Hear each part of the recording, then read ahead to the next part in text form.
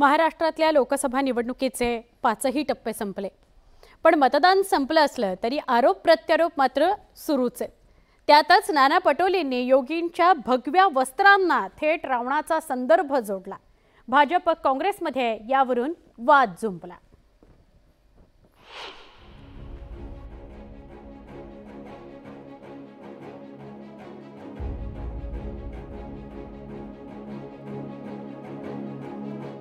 महाराष्ट्रातील लोकसभा निवडणूक संपली असली तरी राज्यात सुरू असलेले आरोप प्रत्यारोप आणि टीका सत्र काही थांबत नाही। 5व्या टप्प्याच्या प्रचाराच्या शेवटी उत्तर प्रदेशचे मुख्यमंत्री योगी आदित्यनाथ महाराष्ट्रात आले होते। योगी आदित्यनाथांनी भगव्यावरून महाविकास आघाडीला घेरण्याचा प्रयत्न केलेला। याला प्रत्युत्तर देत काँग्रेस प्रदेशाध्यक्ष नाना पटोलेंनी योगींची अप्रत्यक्षपणे रावणाशी तुलना करत जोरदार टीका केली। जी को चोरने को रावण जब आए थे तो भी भगवे कपड़े पहन के आए थे, तो उसका मीनिंग हम वैसा नहीं लगाएंगे। लेकिन मेरा ये कहना है कि गलत नीतियों को समर्थन करना भगवाधारी कपड़ा पहन के यही गलत है और भगवा विचारधारा का अपमान किया जा रहा है, ये हमारा कहना है।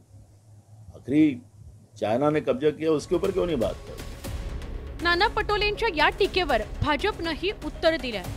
योगींच्या भगव्या वस्त्रांवरील पटोलेंच्या या वादग्रस्त विधानावर राम कदमांनी पलटवार केला। आप लोग मोदी जी के सामने टिक नहीं सकते, करारी हार आपको दिख रही है क्या? उसके कारण ये तुष्टीकरण की ओछी राजनीति हो रही है। इस प्रकार की वाणी देश की जनता कभी सह नहीं सकती।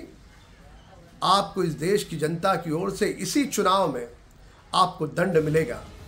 महाराष्ट्रातील लोकसभा निवडणुकीच्या शेवटचा टप्पा संपलाय, त्यामुळे 48 लोकसभा मतदारसंघातील उमेदवारांसह राजकीय पक्षांचं भवितव्य मतदान यंत्रात कैद झालंय।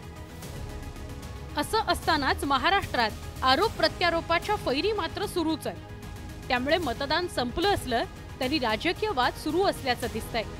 Bureau report, news 18 Lokmat.